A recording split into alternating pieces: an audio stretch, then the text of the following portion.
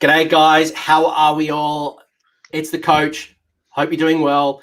That's the token thing that everyone seems to be talking about right now. But what not this token is we are talking Cities of Sigmar, and a city that I should have been speaking about a long time ago.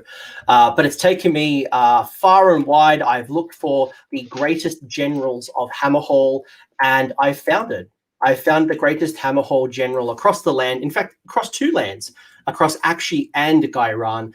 It is Mitch de Boer, although I would have said Mitch de Boer, being a bogan Australian, but Mitch is coming straight out of the Netherlands, someone who's been running Hammerhal for a while now, has the list tech down, and I'm really excited to explore a city that not everyone's talking about. People talk about Hello Heart, they talk about Tempest Eye, they talk about, not even the Living City, but I think Hammerhal's a sleeper. Hammerhal's a sleeper, and I want to unpack this with you. But Mitch, g'day, welcome.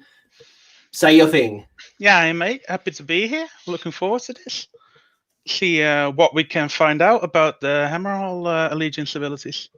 And yeah, it's a good city. It's an interesting city, and when you look at the allegiance, I think it's a little bit harder than the others. You look at Hello Heart, and it's just like, cool, throw in all of the wizards. I was actually looking at a list the other day on a Facebook group, and they'd spent out of 2,000 points, I think it was a good 1,500 points in wizards, and I was like, whoa, slow down, you're spending too many points in wizards.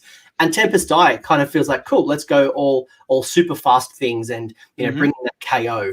But when you look at Hammerhal, you're like, what do I do with this? Yeah, it's got some Stormcast stuff going on. There's some stuff with banners. It's not quite as obvious. So I think it's partly why people haven't really gone into it just yet. Kind of like Living City's a bit of a sleeper. So I know you've previously run them around. You were in the ETC team formerly. You'd run them fourth. I think it was at the Dutch GT. That's did right. pretty well. Just bowing out to Ben Sava, who's clearly no one to be ashamed about. Ben's an awesome player. But you've been playing with these guys for a while now. And what's your experience of Hammerhal? Yeah, it's been pretty fun. Getting some quite consistent damage out. That's mainly the thing. Like a lot of buffs that you can just hand around, just making sure that everything hits. Yeah, it's interesting. And when you look at the builds, whether it's the battalion or no battalion, you can get some pretty consistent attacks. It's quite an aggressive little army. I think probably maybe the most aggressive of the cities. I mean, what is it? You've got more movement with the Tempest, so maybe you could play a bit more aggressive with that. But yeah, with this, there's quite some aggressive buffs in there. Yeah, I think, I think about Tempest Eye being a little bit more cagey because of especially when you go KO. Living City is very much like Assassiny, you're coming from the side, you're looking for that right time.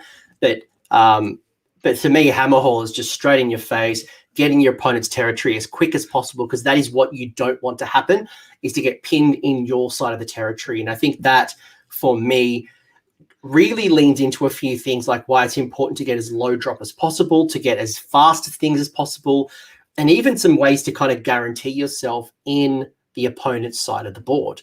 So for me, I think that's why maybe not as many people have played Hammerhal than maybe some of the others. It's just a little bit harder to kind of master. Yeah. Some of the command ability I see more as a bonus, because you can't always enforce yourself into the territory, especially with the new territories where it's just a small box. You can't really use the command ability, the abilities. Yeah, there is some interesting ones, and we'll get to them very soon. So what Mitch and I are going to do is we're going to go through the Cities of Sigmar allegiance, and I guess as a Hammerhal player, I'm very curious to see how you interpret these rules, because as a Tempest Eye player and a Hello Heart player, I look at these rules a little bit differently. I think, we'll probably find some differences between us. I want to then kind of unpack Hammerhal with you and kind of find out why you put your list in Hammerhal versus maybe some of the others, and what does it bring to the table. And then we'll go into one of your lists. I know you've got a variance to your other list, so if you want to go down a different way, but we'll go through a list. So we'll kind of put some of this science together. So anything kind of high level you'd want to share about Hammerhal before we get into the good stuff? High level, yeah. I mean, there's some nice buffs, but it really depends on what battle plan you play, which is a bit annoying that it's not consistent over the battle plans, but it gives for some nice variation at least. So talk to me through these battle plan stuff. So I guess like why do you keep talking about battle plans? Why is it important? And then let's actually dig into the ways of the Free Peoples. Like why is that important to you? The battle plans are important because of the wording in the Hammerhal battle traits, which says that in your own territory you can do not take battle shock, and in the enemy territory you can use the command ability to fight again at the end of the combat phase. However, in some of the battle plans, your and the opponent territory is just a small box, and the entire other parts of the battle plan are no man's land, which you can use neither ability. And so that's the thing that's inconsistent. It can make it hard. I mean, luckily we don't have a lot of those battle plans. I don't know what it's like for you in Australia. Most of the time we'll either get to know the battle plans in advance, so in our players pack we'll have it, or it'll at least be advertised before the day.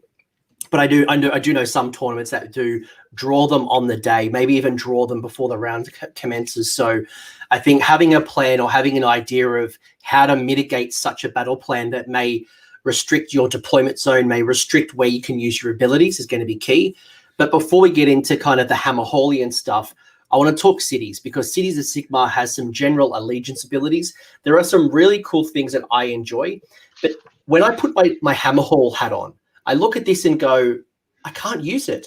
Or if I use it, it's not the list that I want to use. Is that a fair assumption for you that the Cities of Sigmar allegiance abilities, the Warriors of the Realms, the General's adjutant, those types of things, probably not as important to you compared to maybe some of the other cities? No, not really. There's only one rule in there that I can use, and that is the including Stormcast in your list. But the rest of the rules are not usable, at least with my list.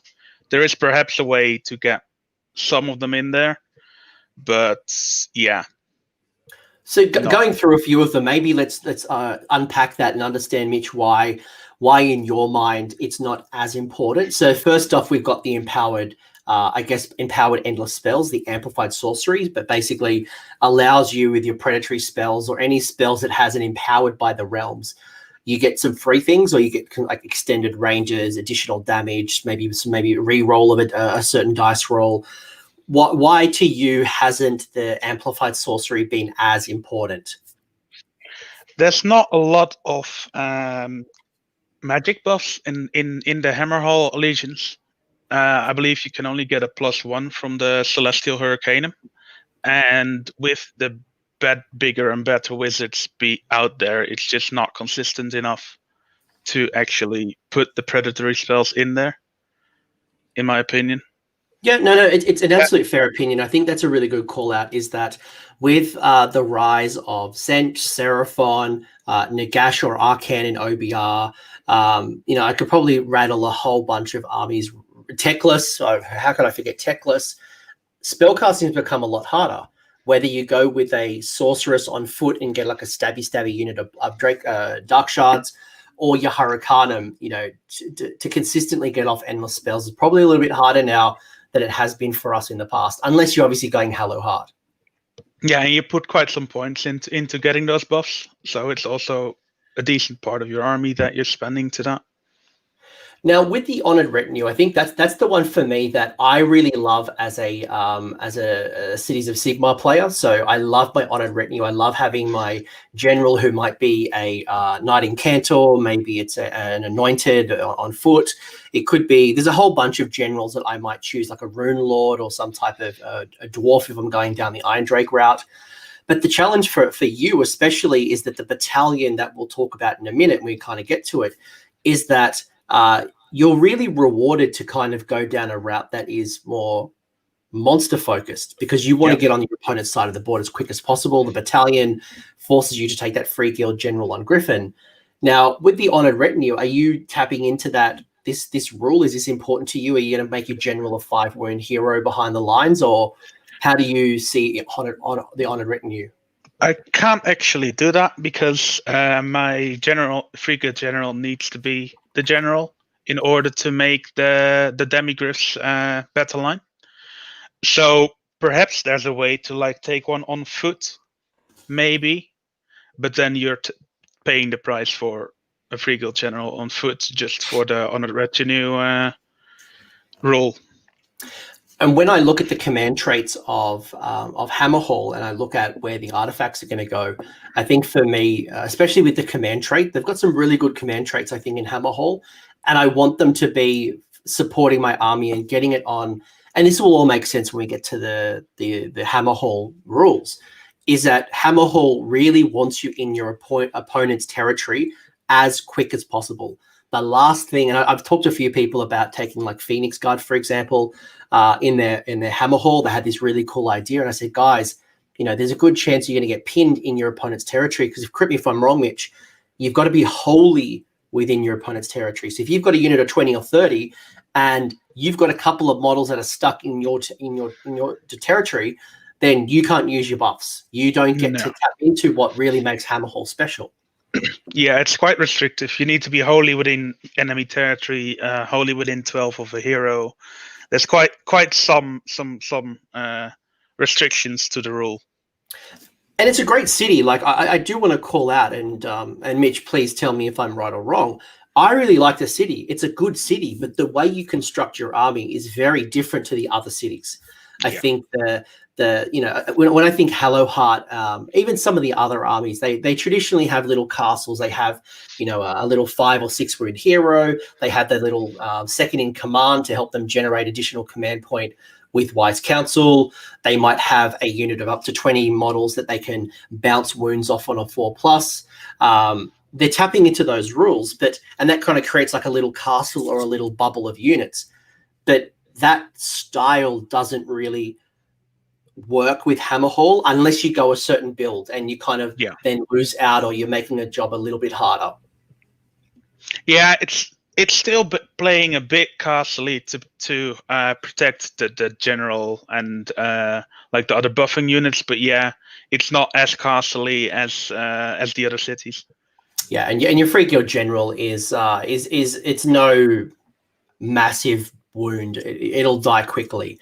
But you said that the most powerful or most beneficial thing to you was the Stormkeeps. That's being 1 in every 4 of your units can be a Stormcast unit. So I know, again, talking about my Hallowheart experience, I love taking my Knight Incantor. Maybe even if I go Endless Spell Heavy, which I can only get 3 now, I might take a Lord Arcanum. There are certain things like in my Tempest Eye, I take a Knight of Zeros, or I take Aether Wings. For you, and when you look at your Stormkeeps, is there any Stormcast that kind of why is this the most important rule to you, I guess, is the question I want to know. I'm building my list on a lot of buffs, and I need one fast hero to carry one of my artifacts for more buffs. And in the Stormcast book, the Knight Azeroth is just the perfect pick for that, with his own aura buff and the 12-inch move. And with Fly, he can just be a lot of the places on the board. Yeah, the Knight of Zeros is fantastic. I'm a big fan. So if we're not going to tap into Hammerhal's rule, if we're not going to tap into the Cities of Sigmar rules, by the way, the style that we're going to play here is certainly one of the many styles. And I think one of the most restrictive things in the Cities of Sigmar book is the way that battalions are formed. They vary. When I look at some of my other battle tomes, they're quite flexible. I look at Zench, for example, and it says, have 9 units of demons, and like, okay, cool, that gives me a whole bunch of options that I can build my army around. But with cities, it's very specific to say you must have, Pistoliers, 5 wizards, or 3 wizards. It's very, very specific, but which I think is one of the challenges with cities. Yeah, it's nice that for the Hammerhal one, you can take 3 to 6 demigryphs. So there is a bit of leniency in that, which is nice and useful. It is nice, but if you wanted to run, I don't know, let's say a version of this with a Dreadlord on Black Dragon, supported by Drakespawn Knights and a Drakespawn Chariot, if you wanted to have like a version of that because you're an elf player, it just means you can't kind of tap into the battalion. So pros and cons, but I think it's kind of good to keep in mind. But so the first rule that we've got with Hammerhal is that, and this is an interesting one because of all the cities of Sigmar, it is the only city that allows you to choose whether you come from Akshi or Gairan. So every other city is locked either to Akshi or to Gairan.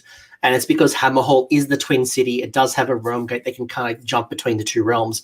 But when you look at this, Mitch, is this an important rule to you? How does this kind of come into your list construction? Like, what does it mean to you, I guess, is what I want to kind of understand. It used to be more interesting when all the realm artifacts were in there. There were some nice, like Gaia Strike could be nice in there, or I don't know what the other ones are again. But with the introduction of the new realm stuff, it doesn't really give a lot anymore. You've got, so basically by choosing the realm, you can either take the realm artifact of the Blade of Incandescent Rage, which is exploding sixes, or you can take the Gairan artifact that you can heal a wound. So for me, like, and unfortunately, Cities of Sigmar, especially Hammerhal, you've only got 3 artifact options. So you can kind of expand yourself to 5 options in total. But I think generally the 3 artifacts that you've got to choose from are pretty good. I think they're. Yeah. I don't think you need to kind of go into the realm artifacts. No, they're perfect. What they're in there, all 3 are viable to use. Yeah, which is a nice change from some of the other cities. Yeah, some of the other cities is like 1 or 2 good artifacts, but Hammerhal I think has all 3 that are really good. A couple of the other ones you're going to get. The first one is you got the banners held high. Now, I really like this rule. I think it's an interesting mechanic. It makes me think about my list a little bit differently. But basically, at the start of the hero phase, roll a dice for each friendly Hammerhal unit that includes a standard bearer. And on a 6, you're going to generate an additional command point. Now, is this important for you, Mitch? It is quite important, but with the list that I'm running, I can't really get a lot of units, like maximum 6, I think, that I could get in my list, but that really diminishes the power of my list. So I am restricted to a little bit less units with a banner, but every extra command point is welcome. Yeah, for me, when I look at Hammerhal is command point hungry. And when we get to the command ability, or if people are skipping ahead, you'll see why. You want to have as many command points up your sleeve to either re-roll the charges, re-roll ones to hit, or this command ability, because it is a sexy command ability, but you just don't have enough command points. And without having wise counsel, without having the additional generating of a command point on a 4+, this is probably the way that you're going to get most of your command points, but it's inconsistent. You're rolling a 6 for each banner. So you might be lucky to get 1, 2 if you're super lucky, but thinking about the way you can kind of maximize or maybe not burn your command points, or even guarantee your charges, if there's ways to think about guaranteeing your charges so you can use your command points elsewhere, I would interpret to be important. Yeah. There's a lot of nice ones. Even the general itself has a +1 to hit and charge command ability, and like just weighing out which one you need to use and what you can get away with not using. Yeah, some of those is like, and when you start bringing those, especially on the charge, when we start bringing our, or maybe we're kind of jumping a little bit ahead here, guys. I'm getting a little bit excited to talk about the list that Mitch has given us. You've got this rule here that I personally don't think is valuable. I'd love to hear your thoughts, but basically the Magister of Hammerhal. So if your army includes as the, Aventus Fire Strike, which is the winged Pegasus wizard coming from Stormcast, if he's your general, then at the start of your first hero phase, you receive 1 extra command point. Yeah. Yeah, yeah. What to say about that? Like, it's nice that it's in there, but you're not gonna use it.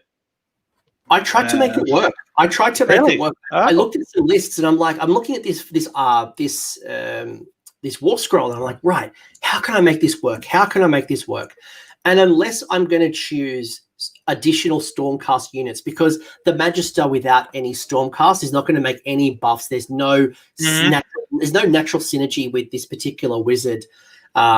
Compared to like there's just no synergy. So unless I took a unit, I think it was like Sequitors or Evocators or some type of Stormcast wizard or unit or something, I just couldn't find any synergies. And I'm spending like 500 or 400 points that, and it's going to be the general. So it means that I'm locking myself out of potentially a whole bunch of things, a command trait. Yeah. I'm locking myself out of a whole bunch of things. And there's no value to me taking a Ventus Firestrike.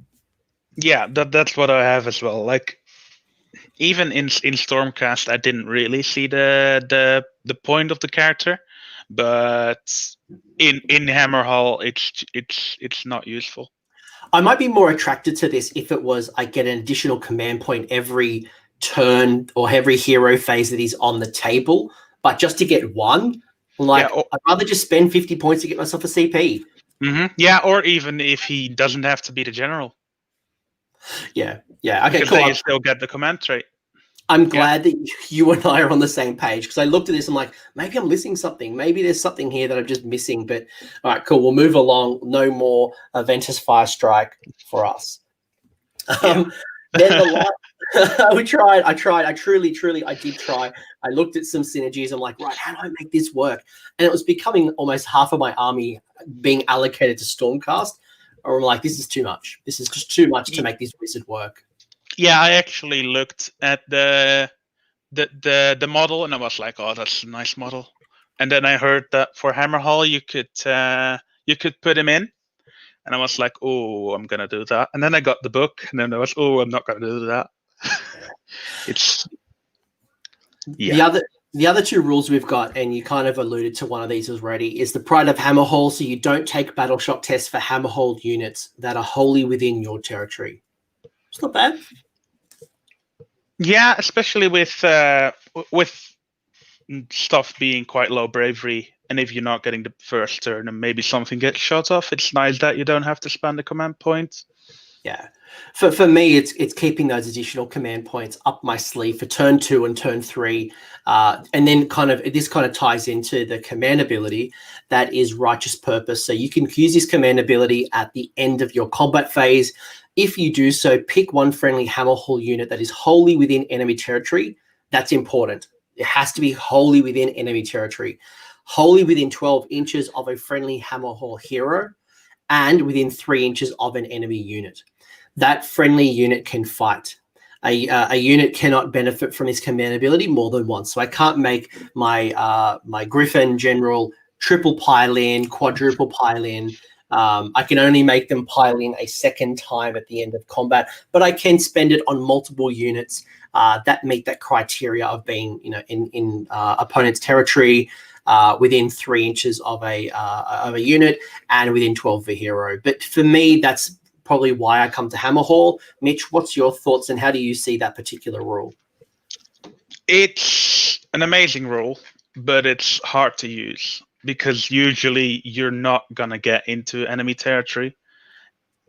But when you do, it's great. You can just delete stuff. I think there's a way, and like when I've played around with this on Tabletop Simulator and I've done the maths and I've been thinking about this, I think there's a couple of ways, and I know it's not in your list, Mitch, but there are things like the Celestin Prime where you can guarantee yourself to be in your opponent's territory because it sits in the sky and it kind of drops out. I know that your Shadow Warriors can obviously choose which side of the table on, although I probably wouldn't be looking at them to kind of buff themselves up and double piling in combat. But I think this for me is the reason when I look at my list construction of Hammerhal, I'm thinking, how do I get myself in my opponent's territory as quick as possible with the most damage dealing things that I've got? Yeah. And Cities doesn't have the Vampire Lord on Zombie Dragon, but we've got some good tools. We've got some very good tools. So I think for me, that's always the thing that's in the back of my mind. How do I get into my opponent's territory as quick as possible and do as much damage in their turn as possible? Yeah. With Demigryphs, at least, you get enough damage without using the command ability, usually.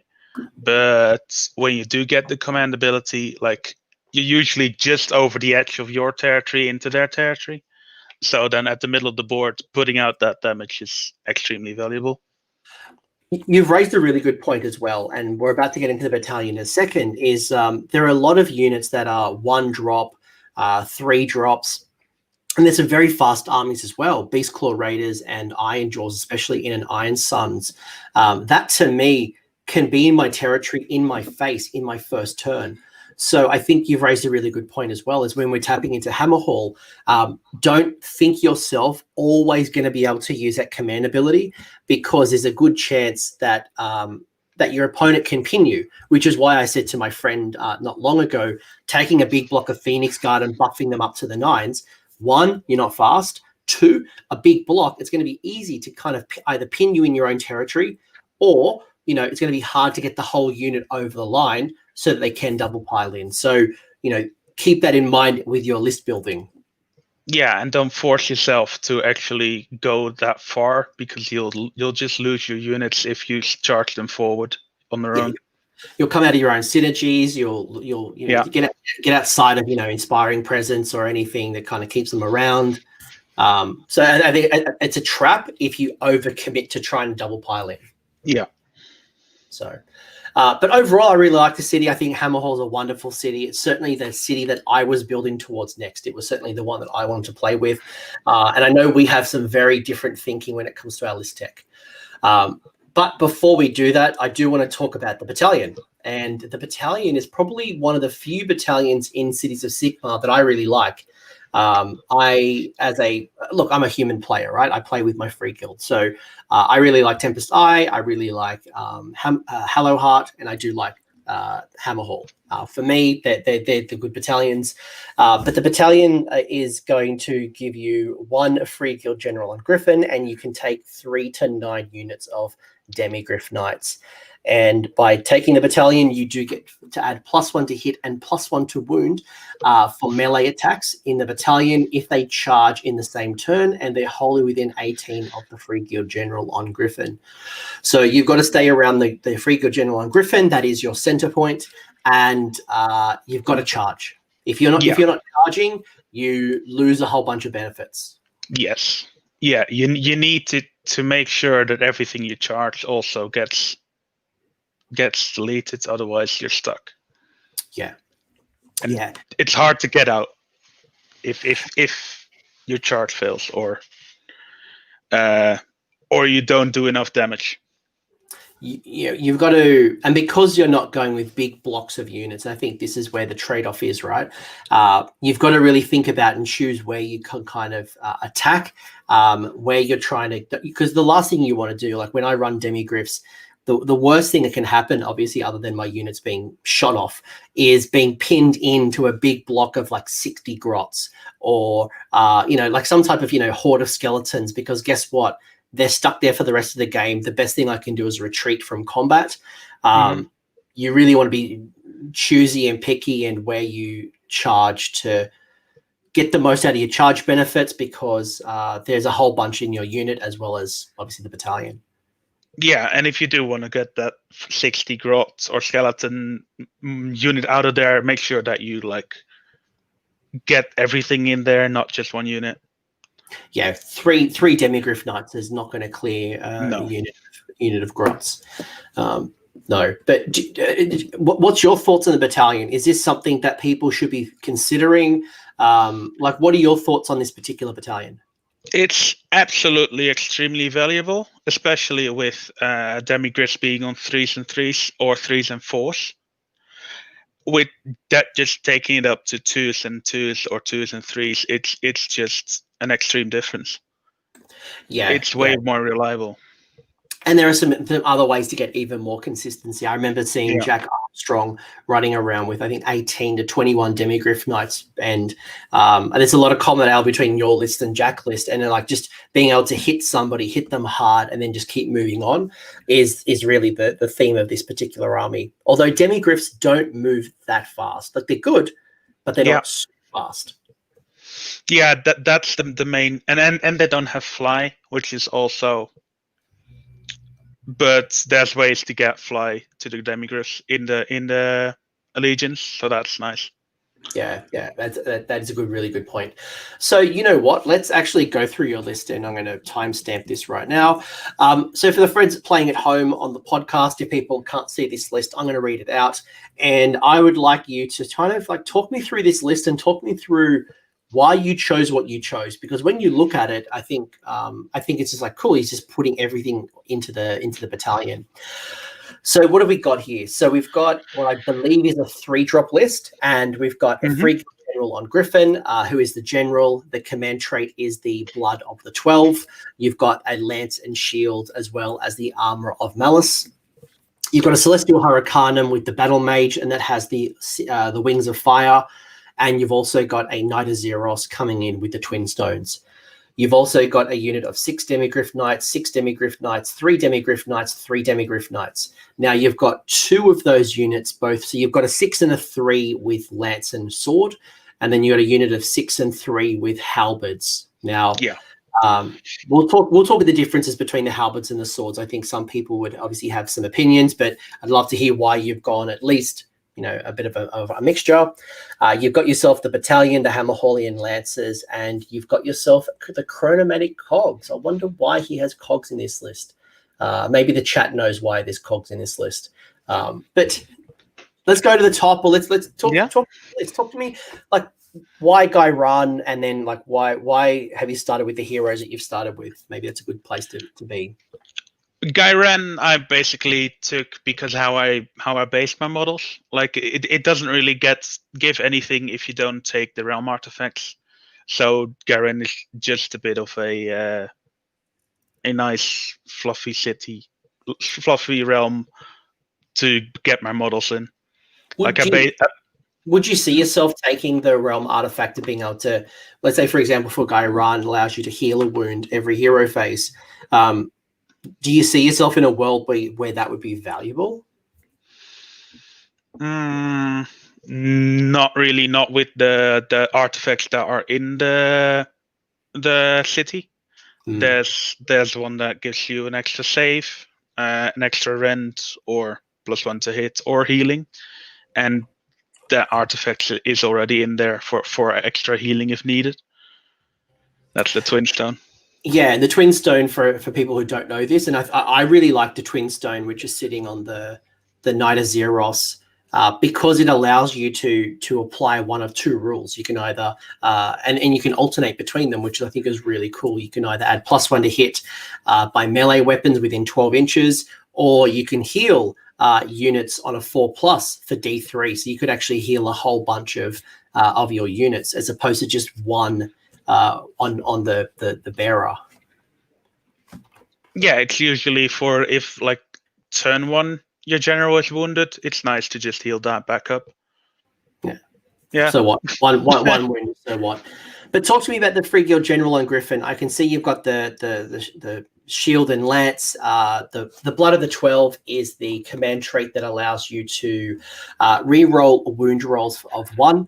For attacks made by melee weapons by friendly Hammerhal units wholly within 12 of the general. So we kind of, the battalion is tying us together by being close to the general, and then Blood of the 12 is giving us a re-roll of 1s within range of the general. So this general is becoming a super buff kind of support piece. Yeah, and because of that, he tends to get a lot of attention from the opponent. So the shield and lance gives him an extra save, because normally he's got a 4+ save. But with the shield, he's got a 3+ save. Then on top of that, the artifact Armor of Malice gives him another extra save, so he's now on a 2+ save. But no mortal wound save, right? No mortal wound save. That's the thing. That's the problem. There's no way to give him a mortal wound save, is there? No, I believe if XU was still a thing with the artifacts, there used to be one in there, but not anymore. So that's probably a really good point. Is that like the Free Guild General on Griffin to me was a linchpin, and I think the trap here, Mitch, tell me if I'm right or not. The trap here is using your Free Guild General as like a combat monster and getting in and trying to smash your opponent, when actually he does a far better job being behind the line, supporting your demis as a support piece, and then choosing his battles. Yeah, I've tried to make him be a combat monster. That doesn't work out. Like, he can't go out on his own. The last time he could do that was when he had the Sword of Judgment. When the Free Guild General had the Sword of Judgment, that's why he went up to 320 points. He used to be like 260, 280. Everyone started taking him with Sword of Judgment, and he would just kill everything. Now, he's not a combat monster. He is no Dreadlord on Black Dragon. That is a combat monster. With the battalion and the extra buffs that you get from the Hurricane +1 to hit or the Twin Stone +1 to hit, you can make him put out some decent damage and consistent, because you can get everything up to 2s and 2s, rerolling all. But it's not enough to put it to charge him in on his own. No. I think that's the point, is that he's not a Vampire Lord on Zombie Dragon. Don't run him into the line and just let him do his thing. He needs to be supported. That Free Guild General has to be supported. Don't run it in front of the line. Yeah. So you've got your Armor of Malice bringing the armor save to a 2+. Blood of the 12 is giving us the reroll for wound rolls of 1. Which is great because you can use a command point to reroll 1s to hit. He's now automatically making a reroll 1s to wound bubble within 12 inches. He flies, so he's got a good speed to keep up with those Demigryph Knights. Why have you chosen the Lance and Shield instead of the Sword? The Lance is nice because you can get -2 rend on the charge, and there's a lot of high saves armies out there, or ignoring -1 rend, and with that extra rend on top, it just brings him a bit over the armor of the opponent. Yeah, and the Griffin's got good damage. Correct me if I'm wrong. Is it some D3 and D6 damage? And no, I think it's a flat 4. It's a flat 4 now. Yeah, let's see. I remember it used to be that a time where I would just roll a 1 on that D6 and I would cry. No, at his highest bracket, like, he's got 2 big attacks that has 4 damage. Yeah. It's quite a consistent profile, whether it's the Sword has 5 attacks, the Hammer has 3 attacks, hitting on 3s, wounding on 4s, or hitting on 3s, wounding on 3s. But again, through the battalion, through charges, through the Hurricanum, through the traits, what'd you say, you can bring them down as low as 2s and 2s? Yeah, only the Lance itself. You can't get an extra +1 to wound anywhere. So the Lance will always wound on 3s. But yeah. Rerolling 1s. Rerolling 1s. Well. Exactly. Only the 2s. Yeah. It's quite consistent. That's the main theme of my army. Just make everything consistent. Yeah. As much on 2s and 2s, rerolling 1s as possible.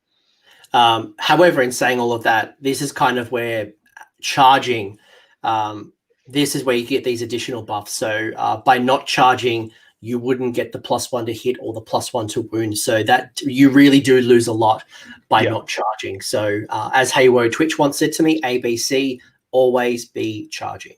Yeah. But yeah, that's why the cavalry halberd demigryphs are in there. They already have 3s and 3s, so they don't suffer that much from not charging.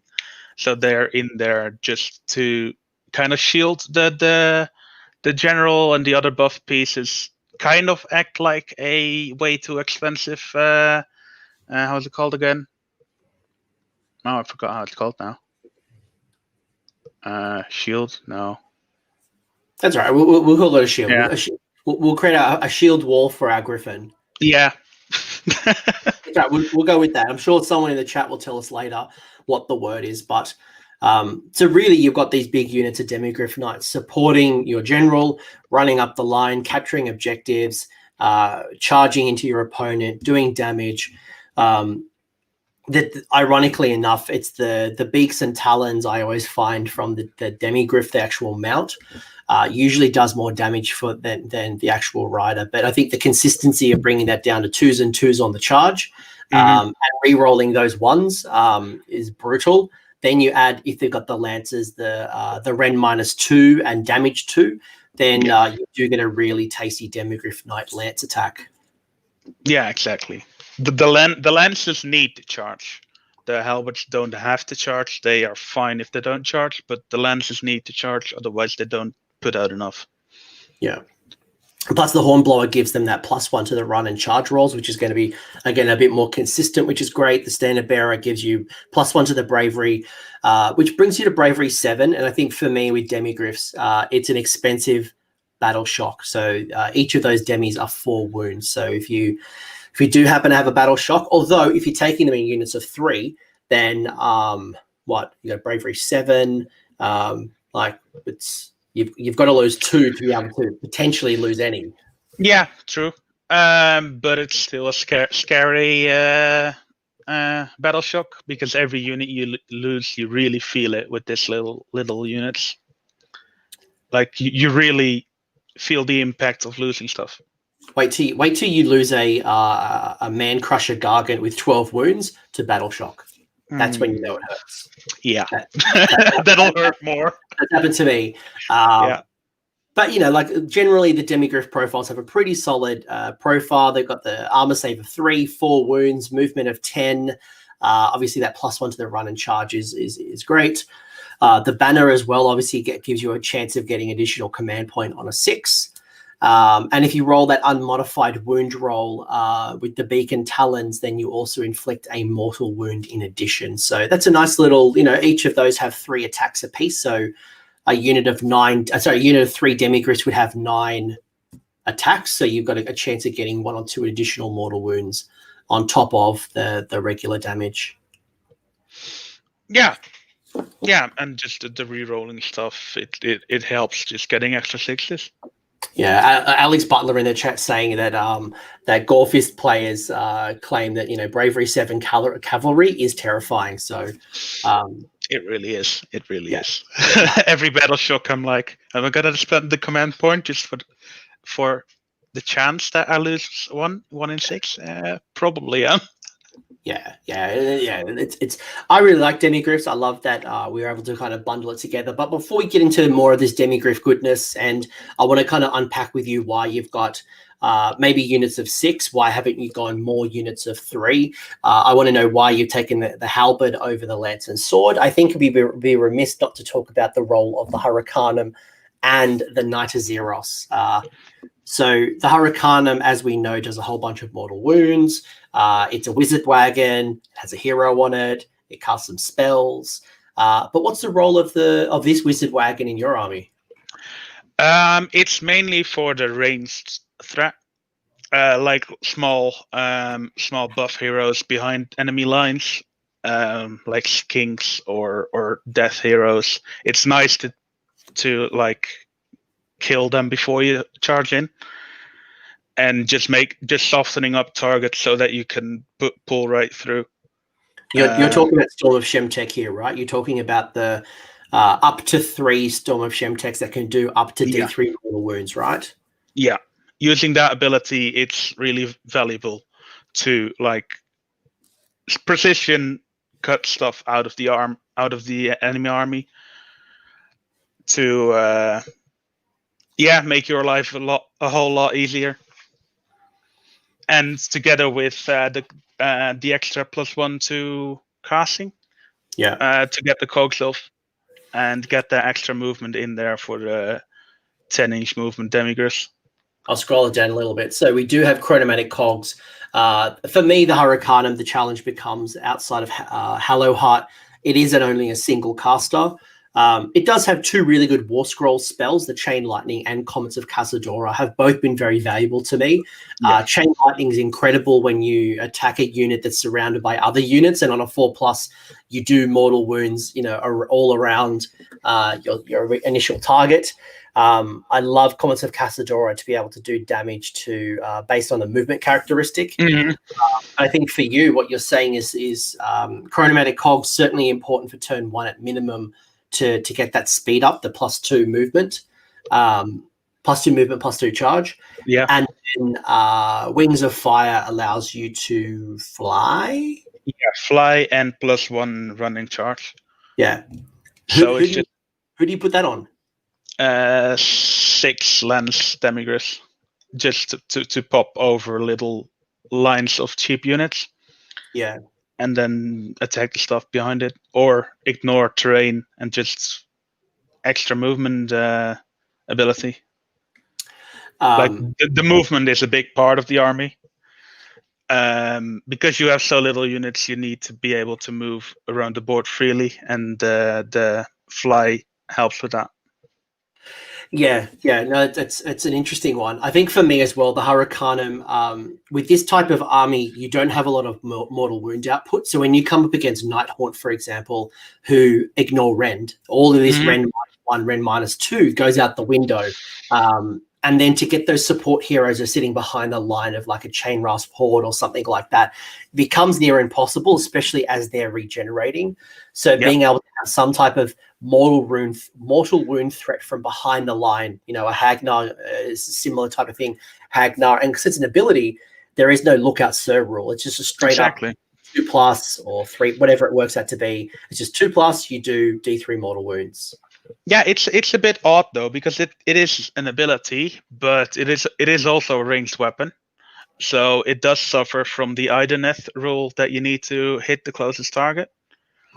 Yes. Which makes it a bit less valuable against that army. Yeah. People are saying, stop giving me ideas again. Stop giving people ideas about fighting Nighthaunt. Yeah, I'm shooting myself in the foot as well with that one. Also being a Nighthaunt player.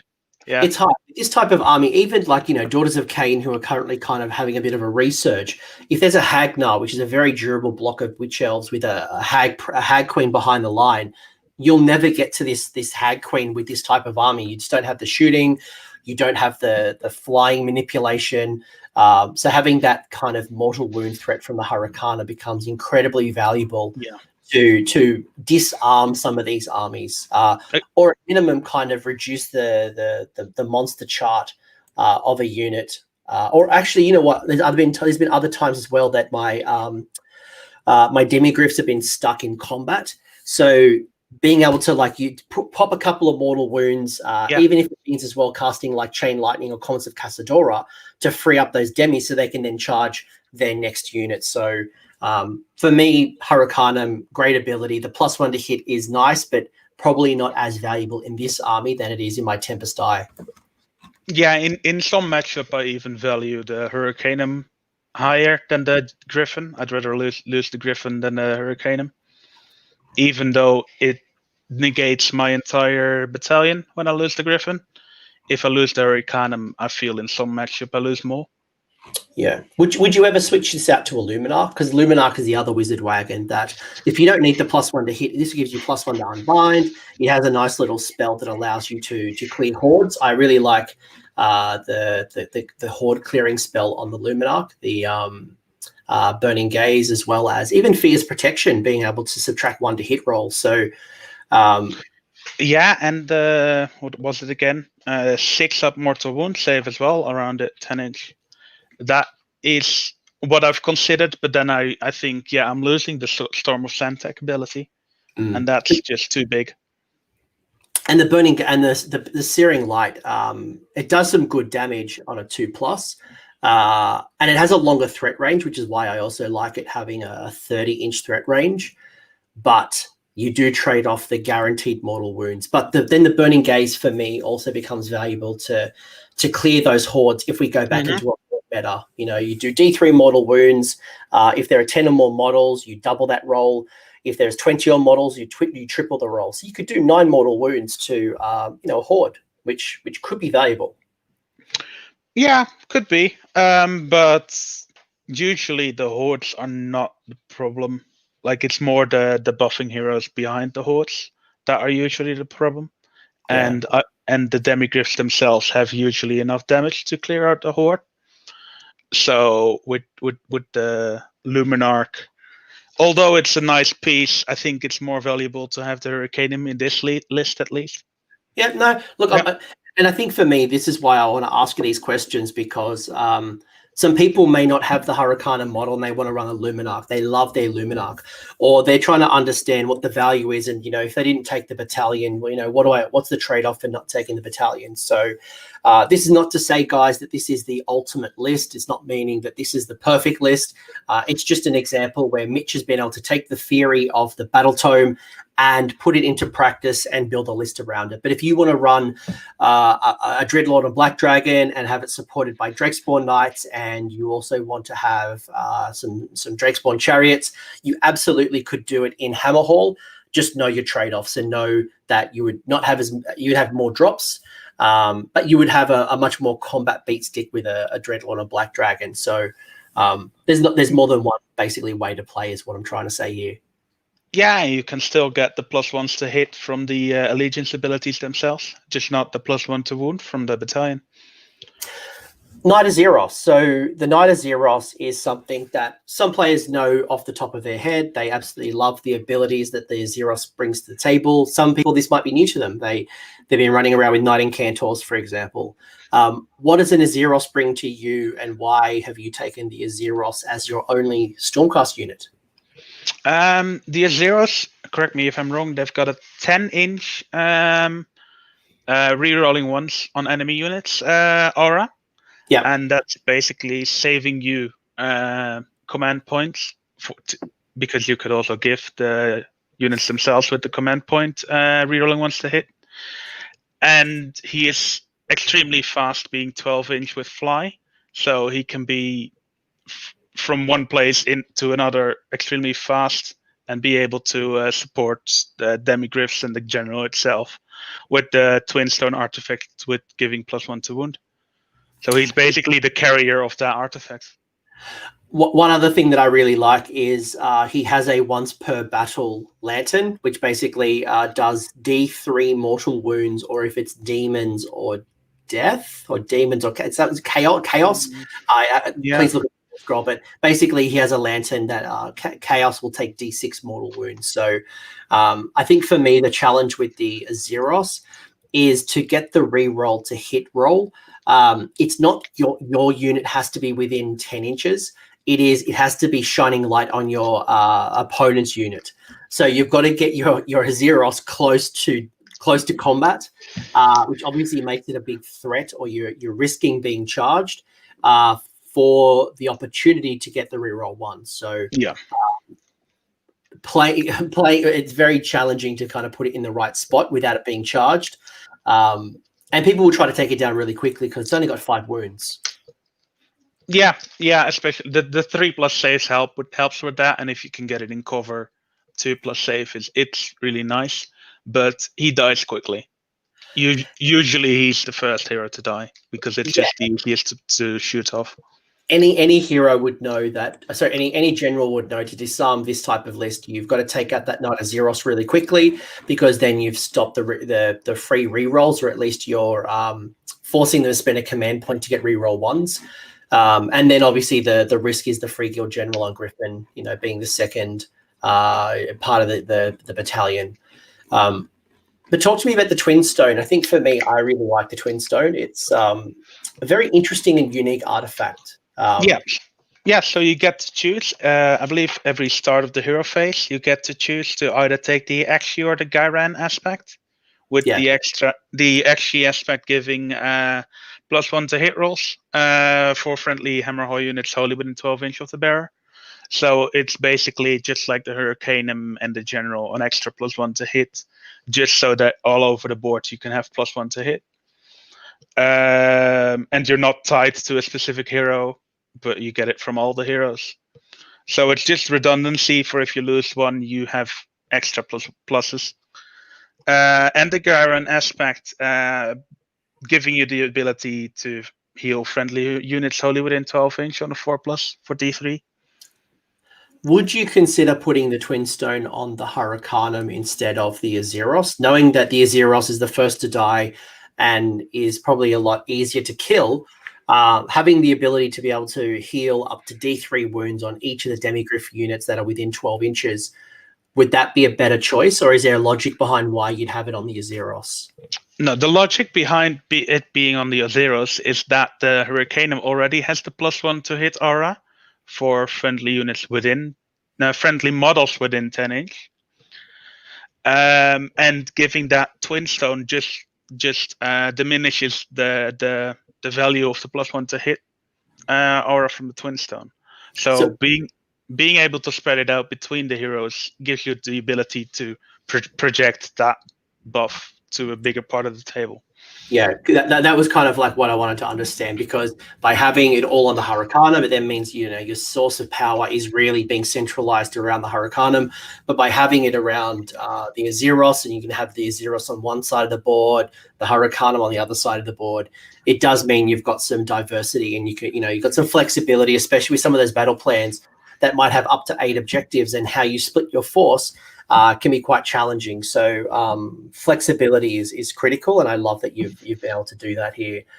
Yeah, and it also would make the decisions of the opponent easier. If everything was on the Hurricanum would be first to die. Yeah. But with it being on the Azeros, the opponent really needs to make a choice what to focus on. And you're probably buying yourself some more time with your Hurricanum and your general.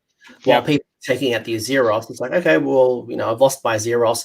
I've at times used my Azeros when people I know are going for it. I would use that as a suicide bomb, and I'll just run the Azeros up as quick as possible, shine the light and lantern to do the D3 or the D6 mortal wounds, and then it dies because I know that it's already, a target of my opponent's. Mm-hmm. Yeah. Yeah, usually I don't really get the D3 mortal wounds off because I usually have to be too close to the enemy. Yeah. The enemy models. So, but yeah. That's something to consider. But hey, you know what? The question here is, can I stack these pluses? I think the better question is, I don't need to stack them. Mm-hmm. Because especially if you are on the charge, you're likely already hitting on 3, so hitting on 2s. So getting redundancy of like +2 or +3, ones always fail. It's very unlikely that anyone's going to be debuffing you with a -1 or a -2. So you need the stack. Yeah, against Grots, it's nice to have a +2. Just because they give you -1, it's nice to have +2, so you're still hitting on 2s. But in most other cases, it's probably not as valuable. No, not really. Now, with your demis, you've got your demis. Some of your demis, I guess there's two things I want to understand here with your demis. One, why have you gone units of 6 and not more 3s? And then 2, why not go to 9s? And then 3, why halberds? So if we talked about the importance of the charge and the lance and the sword, why would you then go and put cavalry halberds on half of your demis as opposed to going all lances? So I think for me, they're the burning questions that I would want to understand from you with demis. Yeah, sure. I'll start off with the why 6 and why not all 3 or 9s. So what I feel is that not with 9, you've got too many points in one unit. So if that unit gets stuck somewhere, there's a lot of points on the table stuck that you can't really use. And 6 already puts out enough damage to hold their own.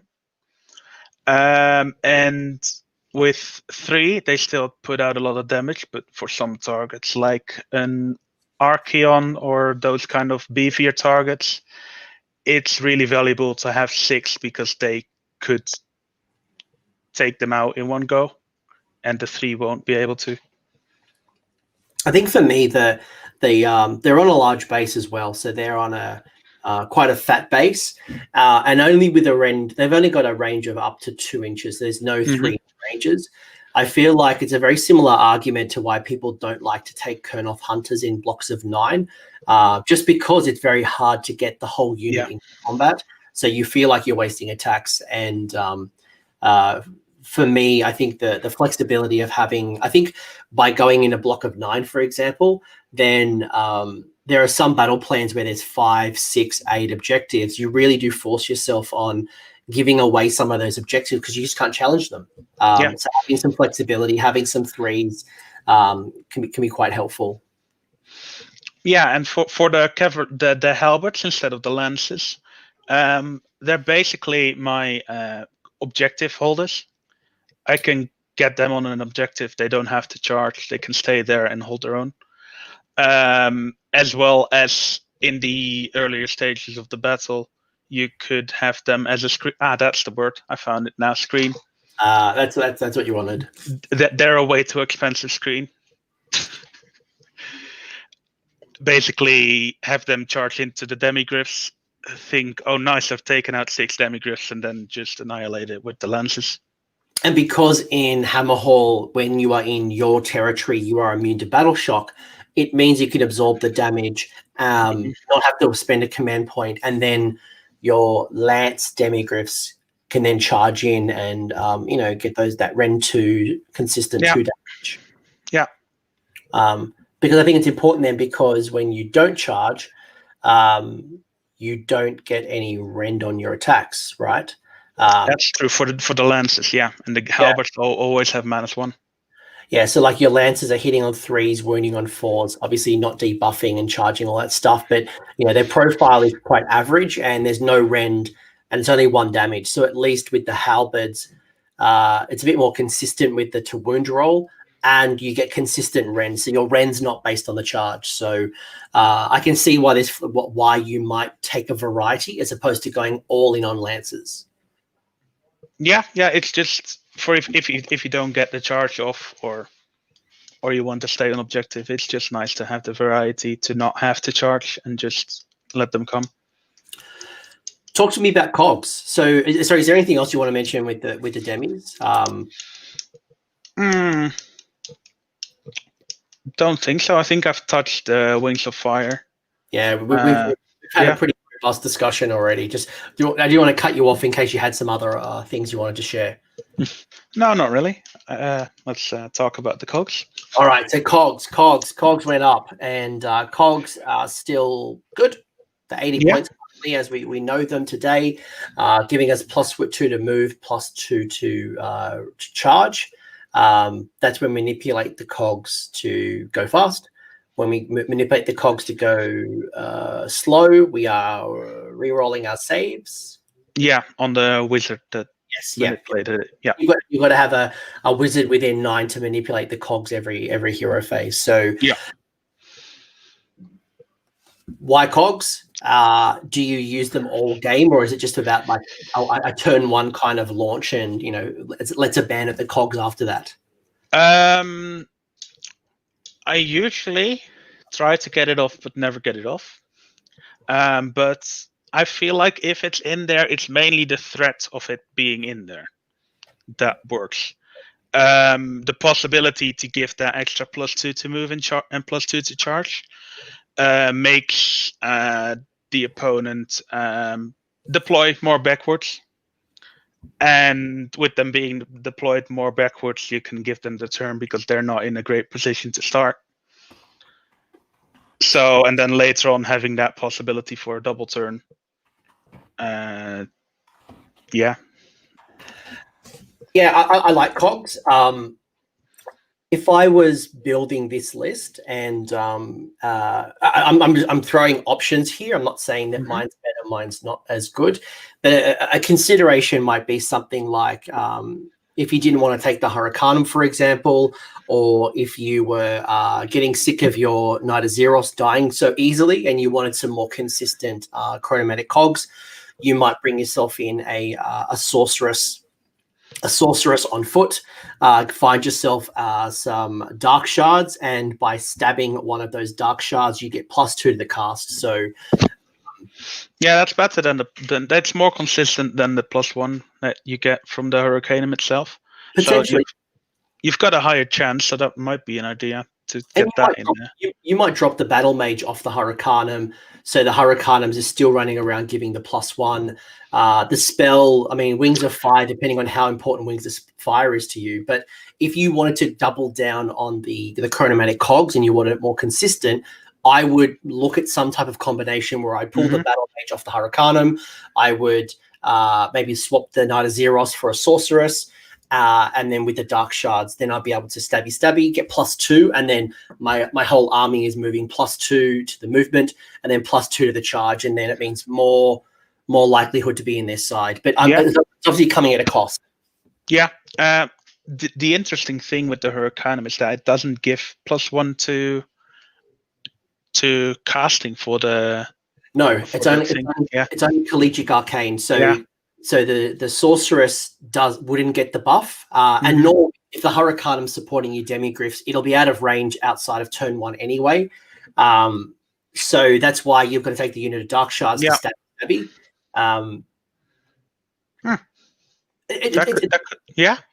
If you really want to get the cogs off, then that's interesting. And I think with this, I look at this list and I think about what does my version of this look like? And maybe you think that 2 units of 6 demis is too much. So maybe you drop that down and you could bring in some cheap Aether Wings, for example. I love my Aether Wings at 40 points. They're awesome to go for an objective. They're fast. If someone kills them, who cares? They're 40 points, and it means that you weren't attacking my really good stuff. There's so many. I could bring a unit of Pistoliers that sit behind the line and support these guys on the flank. I think the Cities of Sigmar is endless in the combinations that you can make with them, which is exciting. But we've kind of put this theory into practice, and I know Mitch, you've done really well with this list again, coming in 4th at a large tournament. So this is not just maths hammer; this is legitimate hammer. Yeah. With all the options that's in the book, there's endless possibilities to change this around, add some stuff, remove some stuff. Yeah. I know when we were talking offline just before we started, another way that I like to increase the movement of this list or a list like this, would be to tap into a Battle Mage from the Collegiate Arcane, and I think it's Gur. Gur gives +1 to, is it run and charge? I thought it was only charge, but I'm not sure. I can have a look. I've got the book in front of me. The movement characteristic, so you could get some between Wings of Fire, between the chronomatic cogs, between the Battle Mage Gur's spell. You could increase your ranges even more if that was a strategy you doubled down on. Yeah, it's +2 to run in charge, so that's even more. Yeah. So you're getting +1 to your charge from the Musician, +2 from the Gur Battle Mage, +2 to cogs. You could be adding +5 to your Demigryphs. Yeah, and there's a command ability on the General as well for an extra +1. So you could get it up to +6. So +6 base movement of 10. That is a fast. That will get you in your opponent's territory. So that's absolutely. But in saying all of that, letting your opponent go first, because the trade-off here as well is that you want to get the charge off, so you don't want to just run into your opponent's territory and then sit there and be charged. So it's a fun little dance, I imagine. It's like, I want to get close, but I don't want to charge, because I want to charge in your territory and get max. Yeah, usually the extra pile-in is not needed, especially with the 6 Demigryphs. They will hold their own without the extra pile-in, but usually, after turn 2, you can start getting the command ability off, because then you're close enough after 2 movement phases. Yeah. I know some other ways that I've thought about this list, and we'll get to your alternate build in a second. Mitch, please let me indulge just for a little bit. Some other ways that I really like to think about Hammerhal is I love my Dreadlord on Black Dragon. I have, ever since I started bringing that into Tempest, I've become obsessed with the Dreadlord on Black Dragon. It's just an amazing combat monster. So that could be like a little independent thing that you could kind of have on the table. Obviously, it means that you got to find like 300 points from somewhere else, but that's a really nice combat beat stick that is self-contained, can use its own command ability on itself, or you bring in a Celestant Prime from Stormcast, and it comes down from the sky wherever you want. Has some really cool reroll abilities, and the fact that you can choose where it gets kind of put down means you can really guarantee that it's going to be in your opponent's territory, and a double piling in Prime is very, very dangerous. Yeah. The Prime, I really haven't really thought about it before, but after you mentioned it, I was like, yeah, that could be interesting in there. Another one that I'm still toying around with. I'm not as sold as my Discord is. I know there are people in my Discord. There's like a cult of the Flame Spire Phoenix, but that also is another little combat monster that might be worth looking into. So, and hey, when it dies on a 4+, it comes back. So, like that can do some real damage as well. So, Yeah. And it's got the speed to keep up with the demis. So, if you didn't want to go all in on demis, I guess the point I'm trying to make here is that you have flexibility. Again, season to taste, do what you want to do. This is not the only way to build Hammerhal, but it's a good way of building Hammerhal. I will give you credit, Mitchell. This is awesome. Thanks. Shout out to you. Anything else? Particular list? I know we've had a pretty robust discussion, and I hope people are kind of understanding the science. And we've kind of talked about, what would it look like if you put in the Luminarch instead of the Hurricanum? What would it look like if we brought down the demis and brought something else? We talked about, other types of wizards to create cogs more consistently. Yeah, the only thing that the cogs are hard to use nowadays, with Croak being a thing, and Nagash not really anymore, but now you've got Tackless that just automatically dispels stuff. So yeah, it's harder to use nowadays. A lot of change as well. So yeah. I think for me, I found I wasn't relying on spellcasters a lot, and I think having a Hurricanum could also be really good because it's not easy to kind of shoot off a wizard. I think the Hurricanum is definitely a more durable hero compared to the sorceress, any other type of wizard, a Knight Incantor, whatever it might be. Yeah, and still being able to put out some mortal wounds without having to cast a spell is nice. Yeah, the Knight Incantor might be a nice little combination as well, bringing in the Everblaze Comet, being able to drop it behind a line, force the opponent to move forward, and then you charge. So I think, again, lots of different options. But Mitch, let's talk about your second list. I think we've kind of talked a lot about demis, but we've got a variance to this list, and it's a little bit different. It's not it probably won't take as long to kind of go through this list, but it is a little bit of a variety. And what you've done here is you've got some commonality. We've got the similar kind of build with the Free Guild General on Griffin, with the Blood of the 12, Lance and Shield, Armor of Malice. You've got still got Wings of Fire on your Hurricanum. We've got our Xeros again with the Twin Stones. But something you've done a little bit differently here is you've brought in 5 tree revs. So you've dropped down some of your Demigryph Knights, so you've only got 1 block of 6. But you do have 4 blocks of 3. So you've got a block of 6 demis, 4 blocks of 3 demis. But then you brought yourself in a cheeky little tree rev unit. I love this unit. It's only 80 points. It is a wonderful ally.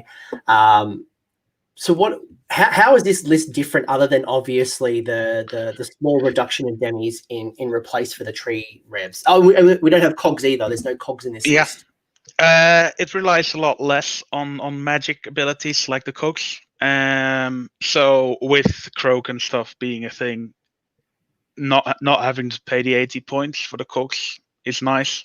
And this plays a lot easier in the objective game because you've got more units. So more ways to capture objectives. Tree Revenants are great, with them being able to teleport all over the board. Just being a threat, always having the opponent have to put down something on their objectives so that you can't just steal it off without committing. So can we pause there for a second on tree revs? Because I don't imagine a lot of people have used tree revs. So to kind of break down the science, we're talking about the way pipes. So that's an ability that just bring up the war scroll now. So 1 in every 5 of these carries the waypipe. At the start of your movement phase, a unit can include, any unit that includes a waypipe can walk the spirit paths instead of making a normal move. If you do so, remove this unit from the battlefield and set it up anywhere on the battlefield more than 9 inches away from the enemy. So you've got a free teleport, no strings attached, no spells to cast, just pops around. Yeah, and the extra bodies, the teleports, extra screening for opponent teleports. It's just all around a great unit to put in there.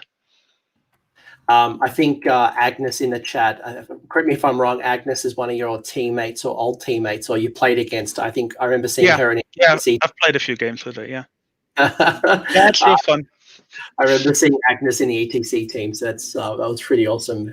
Nice to see you all here. And people are saying that they also played you at a local tournament and they lost to you. They had the pleasure of losing to you. So either you paid some people some money to come in and jump in the chat and validate your list, or actually a good list, guys. So listen to the chat here. People are saying that Mitch is a good player, or he's paid them a lot of money.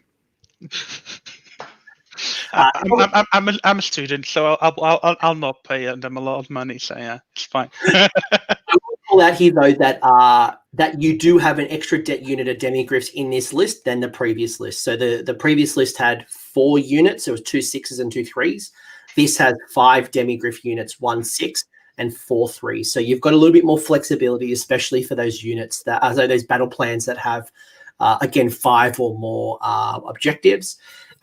You've also got a little bit more screening, which is great, and the tree revs are wonderful. And if you don't like tree revs, an alternative as well could be the Daughters of Cain Canary. I think the one of them is worth 80 points, so you could sneak in a Canary unit. But I think the benefit of the tree revs is that they can keep teleporting around while the Canary sit in the sky, and once they're down, they're kind of down. Yeah, absolutely. I think there's also a new one. I'm not sure how many points they are from Warcry. You're talking about the Canary Shadow Stalkers. They're 100 points. So they're 100 points, right. They are really good. They are underpriced. I'm building a Daughters of Cain army at the moment. I picked them up. I think they're worth 140, 160 points for 11 wounds, automatic teleports. So if you found some additional points and maybe you dropped some of those demigryphs, that unit of additional 3, you dropped it, and maybe.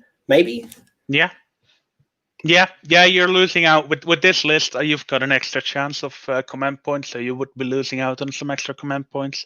But maybe that's worth it for the new unit. Yeah, I think that's the key, right? You could get yourself an extra command point. If you drop the unit of demigryphs, it's 180 points. Get the Shadow Stalkers, that's 100 of those. Whether you keep the tree revs or not is up to you, but buy yourself a command point. Maybe it's an endless spell. I found a lot of value in the Quicksilver Swords, being that they do more damage, being Cities of Sigmar, and they do even more damage against Chaos. I remember doing 8 mortal wounds on Scarbrand, just by 15 dice and on a 5+. I just popped Scarbrand. So for 30 points, it's actually, especially in the meta right now where there's so much chaos, it's actually a good investment. Little old cheeky 30-point swords. Yeah, that's an idea to pop in there as well. Yeah, and then you could even drop the Tree Revenants for that, and then just have an extra command point for 50 points as well.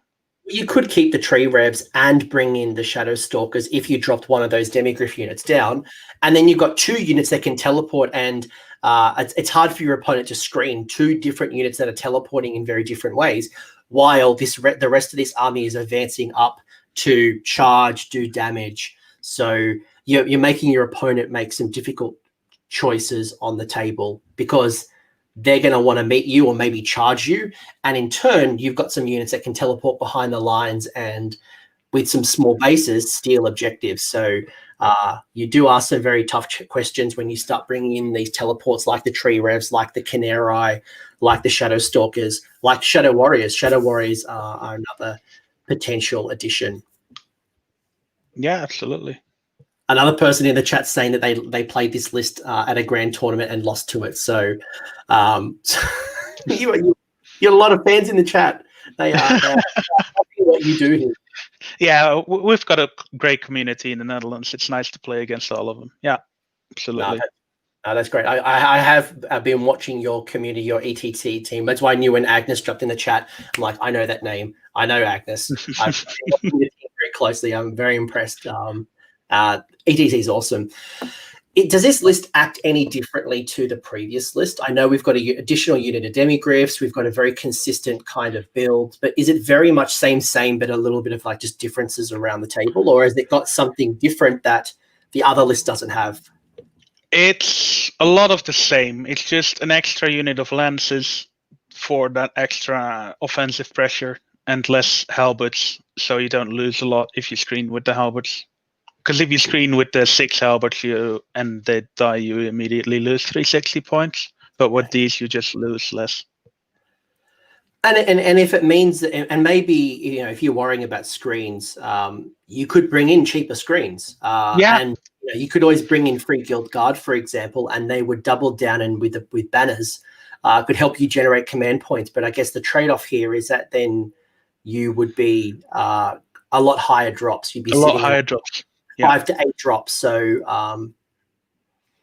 I've tried it as well with just dropping an extra unit of cavalry halberd demigryphs and then just taking 2 units of Free Guild Guard. But I started playing this list to get away from my chain rasp spam Legion of Grief. Yeah. And then it's just more because it's a lot less models to move around on the table. And then you're starting to get back to that many units on the table. Yeah, and I think that's the appeal. Like, I know when some people in the chat saw this list, they were really excited to see a cavalry list back. I think, playing Mega Gargants at the moment, I'm playing Sons of Behemoth, and the joy of only moving 8 models around the table is just, I can't describe it. Moving 8 models around in deployment, the combat phases are so simple. It's awesome. I can see the appeal of running such an army that has such a low model count. Because the other build to this, and again, Mitch and I were talking about this before we went online, is I was building a Hammerhal list, but it was probably more centered around handgunners, Free Guild Guard, crossbowmen, getting those banners to kind of generate the additional command points so that a Dreadlord on Black Dragon, a Celestin Prime, a Star Drake, a Flame Spire Phoenix, one of those kind of combat monsters can kind of get into your opponent's territory, pin them while my Free Guild kind of advance up the board. And I'm double piling in because I'm generating so many additional command points. But I'm now running an army of 100 models because that's just the type of build. So, and you could do this with, you could do this in a dwarf version. You could do this in a very similar elf version as well. It just means that you'd be giving up the battalion. Would you agree with that? Like, there's still variety if you don't want to go down. Yeah, absolutely. That's a lot of ways to get extra attacks, or not extra attacks, extra hit rolls in there without using the battalion. There's a lot of ways to do that. So you don't need the battalion. No, it is nice. It's nice. And if you find yourself not charging, and I think that's the key, right? If you are not being able to consistently get off the charge, or if you're playing in a meta that has a lot of, like I said, Iron Jaws, for example, Iron Suns will pin you in turn 1. There's some very fast armies out there in the meta right now, or teleporting armies, just something simply teleporting into your zone. You've stopped yourself from being able to charge. Stopping yourself being in your opponent's territory. And you don't get to use your benefits. So maybe, keep that in mind. Think about your meta. Think about what's going on. A lot of things happening. But that's cool. No, I really like it. I like your list, man. It's very, very cool. It's fun to play as well, and different from other lists that I've run. So I just enjoy playing it. So what have you learnt from this list that, because I could pick this list off the internet, right? I could run this on Tabletop Simulator. I could have looked this up at Dutch GT, and I could pick this up and run it myself, and I could look like a master. But from your experience running it and playing it, at a very high level, what have you learned that might not be so obvious when you actually put it on the table, whether it's the particular units that you try to buff with the Wings of Fire, whether it's the combination of the Twin Stones, maybe it's just the way that you move your army around, and like what have you learnt about this Hammerhal list that isn't obvious? Be extremely careful with your positioning, because if something's out of position, you either lose it or it doesn't get the buffs, because everything in there is wholly within. Yes. So if you're like half an inch out, you can't double pile in, that kind of stuff. You don't get the +1 to hit, +1 to wound. It's really hard to keep track of all those buffs during the game. And the buff ranges are different, because I think one of them was the battalion is wholly within 18, but then the command trait is wholly within 12. Yeah. So positioning and keeping in your buff range is going to be critical. But at the same time, I imagine don't just hug your general and keep everyone within 12, because then you're losing out on the battlefield and people are manipulating the board, or they're kind of taking objectives. Yeah, exactly. That's why the other units with +1s are in there, so that you don't really have to keep with the general. You can also be on other parts of the board. Yeah, and you can always, like, keep that unit of 6 supporting the general, and those units of 3 are unbuffed and pinning. They're tying people up. They're doing some damage. I imagine charging on the flanks is probably a good thing, is not charging straight smack bang in the center and reduce the amount of attacks coming back to you, because while you do have a 3+ armor save, there is no mortal wound save, and they do die. They're not in. Absolutely, yeah. They can certainly die. Yeah. So yeah, to make sure you don't charge them smack bang in the center and let everyone pile in. Just try to go for those flanks. Try to go and maybe even charge 2 units and kind of pin them on either side and force the or restrict at least the pile in, and keeping coherency a real challenge for them. Yeah, and even the Azeroth is nice to use that to just pin one model on the other side of the unit while attacking the other flank with the demigryphs or the general. Yeah, you could use them for that. That's a really good. I've pinned with Hurricanum as well. Yeah. 11 wounds, 12 wounds. Obviously, the Hurricanum doesn't charge by itself, but being able to charge and pin somebody can be quite powerful, and restricting their positioning and what they do. So, any other thoughts? Any other things that you've kind of learnt with this list, or should we kind of bring this home? Pick your battles carefully. Don't just charge in. Think about it before you charge, because you might get stuck. Yeah.